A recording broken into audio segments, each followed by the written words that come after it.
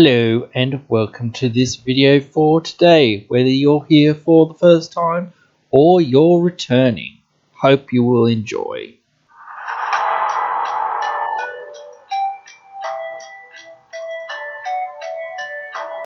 Welcome to this episode here today. In this episode here today, I'm doing a bit of a clarification, I guess, because I think some people kind of maybe mistook kind of what I said, and I don't mind if people want to debate what I say. Look, this is my opinion in what I see in the format of EDH and how I see what you should try to do or what you should roughly aim for in playing the game. And yeah, again, I play in a more than just jank level meta. And again, I don't play in the CDH level of meta, so I sort of float around above your your upgraded precon sort of level to more casually competitive sort of level. And when you're in that level, you've kind of got to look at cards in a certain way and think to yourself, even though you can, I've talked about this many times, my squirrel deck, which, has got some new toys recently, but again, it's still not going to be the best deck in the world ever, because, again, there's just not that many squirrels, even though they're printing a few more. And again, there's just only so much you can do with it. The power level of it is capped at a certain level, and I'm fine with that. That is my janky deck. That is my fun, precon-ish power level deck. Again, it still has the ramp that it needs. It still has a certain amount of card draw and whatnot for the most part. Again, as I've said, it's very inconsistent, but I'm not going to go too much into that. But again, just that deck is that what it is. I'm not unhappy with that deck because it is my favorite deck. It plays the way I want it to play, and I have lower expectations of that deck. But I still have the expectations of saying, well, it should have enough ramp, it should have enough card draw, it should have enough lands, it should have enough removal, etc., etc., etc. And that's what I mean when I'm sort of saying these things. I always sort of go off of a rough guide that you sort of can do, which, is a bit different for each deck again, and I might get into discussing, what number of what cards you sort of want, roughly speaking, in your deck. It does depend on each deck, again, as I sort of said, but again, this is a more clarification episode, to a degree, at least, in that I've put out a couple of videos that were saying getting more nitpicky with cards, and I sort of saw an episode recently on out there on the social medias and on YouTube and whatnot. I can't remember exactly where, unfortunately, actually, sorry. But again, the guy was sort of saying, why do we have to, cut down on all of this stuff? This is the format where people play, chair tribal and ladies facing left and whatnot, this sort of thing. Why can't we just play our janky, fun chair tribal decks and whatnot? That's fine. Yeah, cool, absolutely. And I understand, again, there is that portion of the format, and I 100% agree as well that the format shouldn't have to become more and more and more competitive. You shouldn't always get into this arm race, and that's kind of another sort of discussion point as well.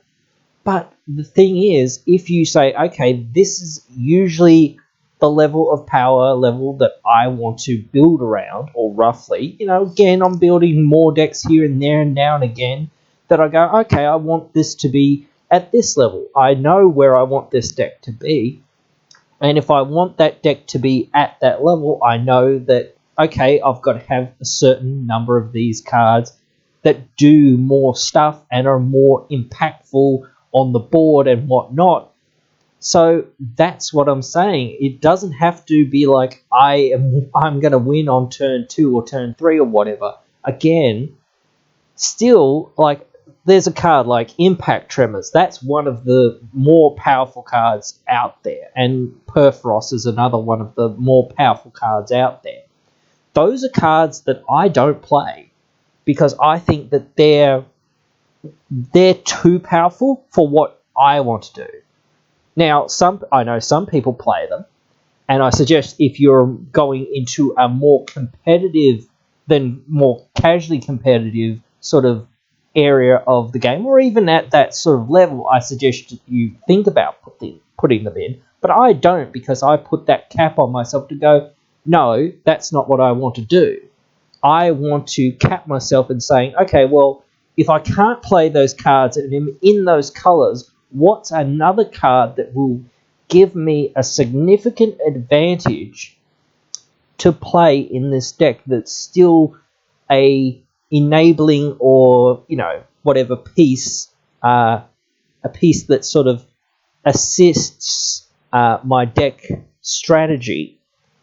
That's what I'm looking for. And again, this is saying, well, when you're getting nitpicky or whatever with ramp spells or with mana rocks, look, the thing is, there is like 500 mana rocks, there's like 500 ramp spells, if you could include mana dorks and all that other stuff in the format. There is hundreds and hundreds and hundreds of cards that literally will ramp you in one form or another. So if you're saying to yourself, well, I'm not going to play all of these, that's the thing. I can't play 500 mana rocks or whatever in my deck. That's just not going to work. I mean, unless it's a really, really weird deck where you're somehow animating all your mana rocks or something. I don't know, but that's a really weird deck. That's a very, very specific deck. That's what I mean. And again, you can't just ramp into more ramp, in my opinion. You need action, you need things to do. And even if that's just chair tribal, I don't know. That's one of the weirdest ones out there, I think. Or ladies facing left, I don't know, whatever. But again, all those really just jank decks, they're just out there because somebody went, you know what, I don't want to play this more competitive way. And that's fine. If you don't want to play that more competitive way, you can. No one's telling you that you can't, and I'm not going to tell anyone that they can't. But everyone should be allowed to go, okay, I want to, play at this level with this deck. I want to play at this level with this deck. I want to play at different levels with all of my decks for the rough most part. Some of the decks are going to be stronger. Some of the decks are going to be weaker, just inherently because of the decisions that you can make with those colors or with the strategy that you've got. All my decks are roughly the same power level for the most part. I've got another deck that I'm brewing up that's, again, somewhere in that range because it's a 2-color deck. And I've got a Boros deck that I'm also brewing, which, again, is not that strong because it's very, sort of reliant on, making tokens and whatnot, getting stuff back from the graveyard and things like this. And if you don't get the things to recur, it sort of doesn't work. And if you don't get things to put in the graveyard, it also doesn't work. So it's just one of those things that you sometimes have all these moving pieces that you go, okay, how's the deck actually going to work? And that's what I mean when you say, what card draw or what card advantage do I have? Well, you've got to be nitpicky because you go, well, I can only maybe find room for maybe 10 or 11 effects of card draw or card advantage or whatever in this deck. Again, same with ramp. I can only maybe find 10 or 11 pieces of ramp, depending or whatnot, for this deck. And the same with lands. I can only find space for maybe 38, depending on what the deck is, roughly in this deck. If it's a lands deck or lands are really important or you have a slightly higher mana curve, then you might want more lands. If you're a landfall deck, again, you might want more lands. And I suggest if you're really, especially with your commander, it depends what your commander is, but if you've got Omnath as your commander, the 2-color Omnath, Angry Omnath, that you probably want in the vicinity of like 43 to 45 lands in that deck, and you just want all the ramp as much as possible, that's a completely different thing, but that's an outlier to the majority of what other decks play like. Not all the other decks in the format play like that. Muldrotha doesn't play like that, like it has its own game plan, like again, Golos doesn't play that like that. It has its own game plan. So when I'm saying be a bit more nitpicky, it's not saying that you can't have some of these cards if you want to put them in. I'm just saying if you look at your deck and you say, okay, well, again, I don't want to have 30 or even 15 of these mana rocks in here. Yes, ramp is important again, and card draw is important, or card advantage is important, but again, you can only find so much room for those effects before it becomes detrimental, and before it becomes like, well, now what am I doing? Again, I'm not playing ramp tribal, I'm playing whatever the strategy of my deck is. The ramp is in there for me to accelerate early on to set up my game plan so that I can actually get to play the cards that I actually want to play or need to play, so that I can affect the game in the way that I want to affect the game and play my deck the way I want to play it. Same with everything else. It's all part of the plan of the deck. It's not that you're just going to say, well, I'm not running any ramp or I'm not running any card draw or whatnot. If you're running a deck like that, then it is just a true jank deck. That's different. I understand that if you want to build a deck like that.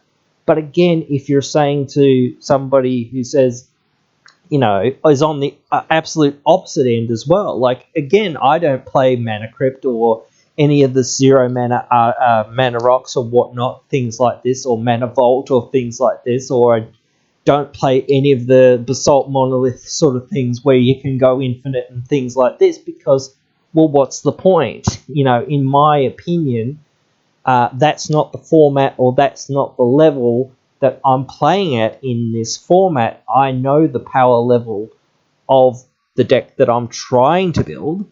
And again, if somebody wants to take this advice, that's what I'm doing.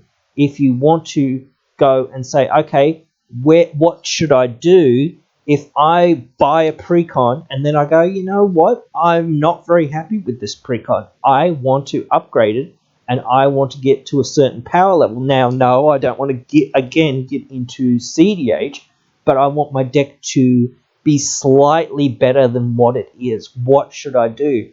And that's where I'm saying, get more nitpicky with your cards. Say, okay, yeah, sure, this specific card is good, but is it better than this? Even though this other card, perhaps doesn't have exactly the same, things going on for it. Like, let's compare two very specific cards, like, Mind Stone and Command Sphere, okay?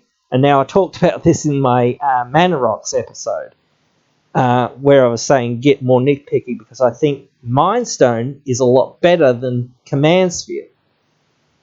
So, essentially, Command Sphere, if you get it early, it's fine. It's decent. On turn 3, you play it. Seems fine. Mind Stone. Doesn't seem like much of a difference. Turn 2, you can play it. Alright? If you get it early. If you get it late, there's not much difference either, realistically. If you get it late, it's 3 mana to draw a card for Mind Stone. And for, Command Sphere, it's 2 mana for drawing a card if you just sack it and draw, because you can float a mana and then draw. So you've kind of spent 2 mana. But this is where you think about it, okay? If you look at Okay, turn 2. Now I have access to 3 mana on turn 3. That's not with counting my land drop. So now I actually have 4 mana on turn 3. So if I have a CMC4 commander, I can get my commander out on the battlefield on turn 3. Whereas if I have a commander that is 4 and I play Command Sphere, I can't get it out at that turn because I have to wait another turn to cast Command Sphere, and I can't get my commander out until turn 5. So that is the difference. The difference is 2 turns. And though that doesn't seem like that much, it actually really is. And again, it does depend on where your commander is and how much more ramp and whatnot you have in your deck and what deck you have. Like, some decks have less options because they're in less colors, and again, certain colors don't have the best options because they can't ramp for lands, or can't ramp for lands easily, other than green, of course. But again, still mana rocks. Again, I don't love mana rocks, but again, I am building a Boros deck, and I have built it pretty much, and I am test running it. Again, I've built that deck because I went, okay, I want a challenge to a degree. So I looked at that deck and I was like, okay, my options are less and some of my options are bad. And again, in that deck, my commander is 5. So having Command Sphere in there isn't great to a degree. But the thing is about that deck is it does want things in its graveyard, and it does have ways to exile them or sack them or whatnot, or get them out of the graveyard again fairly easily and whatnot. So, being able to reuse more things and being able to have more card advantage for that deck because it's a Boros deck is more important. So I assessed that when I was building it, and that's what I mean. It's not that these cards are absolutely unplayable or whatnot whatsoever. No, I'm just saying that if you go, okay, I want to assess whether I want to play this card, you're making a decision. That's all. And again, if you want to go and you want to build a deck, or you just want to, shove a bunch of cards into some sleeves and call it a deck, then that's fine. Like, if you just have a bunch of, if you're just like, oh, okay, I'm going to build a mono black commander and I'm just going to find all the draft chaff, commons and uncommons that I can find that are in my color and slot them into sleeves and call it a deck, and whatever lands, whatever lands I can find that I can put in, I'm just going to call this a deck and it exists. That's fine. If you want to pick up a precon and go, okay, this is my precon, I'm going to not, ever upgrade it because I just want to see how it plays every single time or whatnot. I only play every now and again, whatever. That's fine. Again, those videos are for people who go, you know what? I don't have, the knowledge to know what's in this format or whatnot, why some of these things are important, like CMC and mana value or whatnot, whatever. Those are for those people who want that little bit of advice or that little bit of, oh, how can I figure out how to make my deck a little bit faster or a little bit better? Why have I got, again, when you look at some of these cards, this mana rock that is 5 mana, or this mana rock that's 6 mana, or this mana rock that's 7 mana. Why have I got it? Because I'm playing Golos. And if you're playing Golos, the mana rock that taps for 7 and that gives you access to every color essentially when you tap it, whatever it's called, I can't remember its name, is really good because it pays for your Golos activation. And you're probably going to hit it off of a Golos activation, so essentially it's another free spell that you've cast with your Golas. So it's just really good in those sorts of decks because you get more value out of it. But that, again, is an outlier to a degree. It wouldn't work very well in many other decks because it's like a 7 mana rock.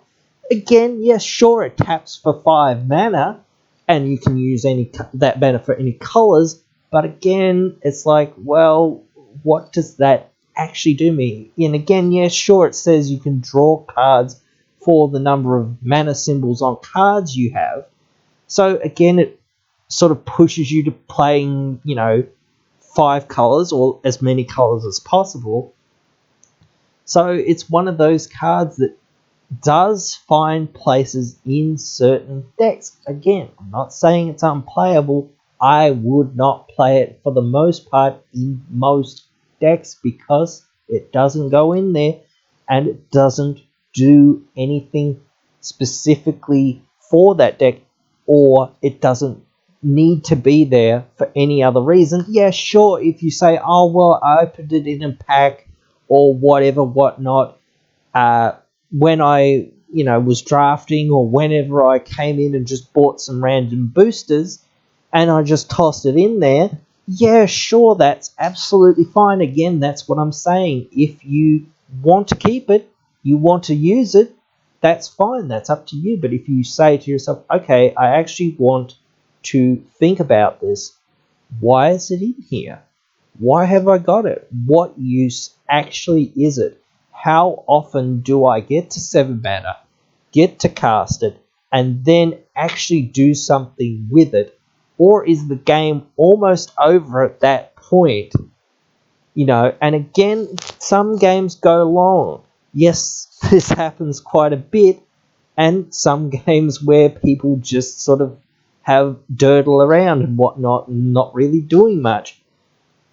It is not terrible to have some of these other cards like Hedron Archive. Again, I sort of said that card was a card I wouldn't normally play, but again, that Boros deck, it doesn't have many other options for, ramp and card draw. So having ramp and card draw on a card together is kind of a thing that you've just got to sometimes go, okay, I've got to play this card because, again, it's just going to, do something. If I absolutely need it to be ramp, then it is ramp again. And if I need it for card draw, then I need it for card draw. And again, I can do other things with it in the graveyard, get it back again, exile it, do other things, get advantage off of it rather than it just being a dead draw all the time or whatnot if it's too late in the game for it to be relevant. Again, it's not the best thing because, again, the commander is 5 and you don't want too many things that are on 4 saying you want more 2s and 3s for the most part. But, again, just you haven't got many good options in those colours, so you run into having to use Solemn Simulacrum and cards like that. Solemn's just a fine card, and, you use it if you have to use it. So those are things that you should think about. And I said, it's not that, you don't want to run some cards if you've got very specific reasons. But if you, again, like I said, okay, I just opened it in a pack, but now I'm kind of like, well, it's actually worth a little bit of money and I can sell it off. You know what? And I can buy 5 or 6 other mana rocks from it that are probably 1 or 2 CMC, roughly speaking, in my colors that will go much better in my deck, and that will make my deck so much better than what it is for the most part. Again, there's the difference if you're in Golos or in some other 5-color decks that really need the 5 colors and can, utilize it immediately and get immediate value and get immediately ahead with it. That's different. But again, it's all about context. I can't assess every deck, and no one can. I'm just saying for the majority of decks, if you build generally in these colors that don't contain green and you want to look at mana rocks, or if you're looking at green and you are looking at some of the ramp spells, again, I think that you should look at the ones that suit what your deck's doing. Your deck's a creature deck. Okay, cool. You want almost all the ones that ramp you that are on creatures, because if you've got things like Beast Whisperer and things like this, it will also draw you cards, so that's really, really good as well. It's not just a one thing, and if you get it late, it's bad because now you've got 50 mana or whatever already on the battlefield, and you don't really need any more mana for the most part. But sure, even if you get one more land, it's like, well, it kind of cost me less mana to a degree, in a way, kind of. But it also drew me a card because I had Beast Whisperer. So I got another card from my deck I could, play, potentially. So all those things, you should be like, okay, my deck is a spell deck.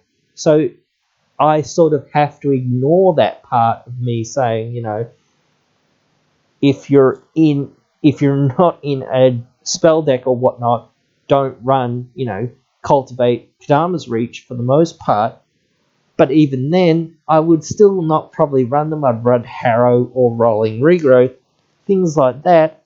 But again, just sort of consider to go, well, I'm not actually in green either. Like, again, then you've got to go, okay, now you've got to run with Mana Rocks, or you've got to run with spells that are rituals or whatnot. But again, you've got to take that into consideration and be like, well, it's temporary mana. So I'm not going to count it as a full ramp spell. I'm going to count it as like half of a ramp spell. Especially cards like Jeska's Will. It's an amazing card when you get both the things off of it.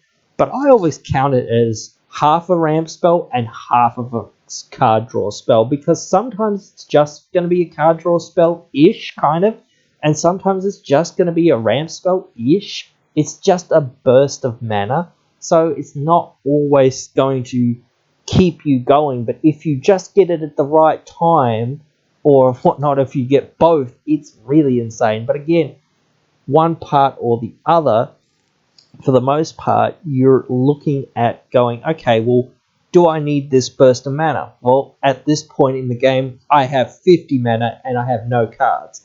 Like, if that's the point in the game you're at, then you definitely don't need the mana, you need the cards. Again, if you're in the early stage of the game, you might want both, because both is good.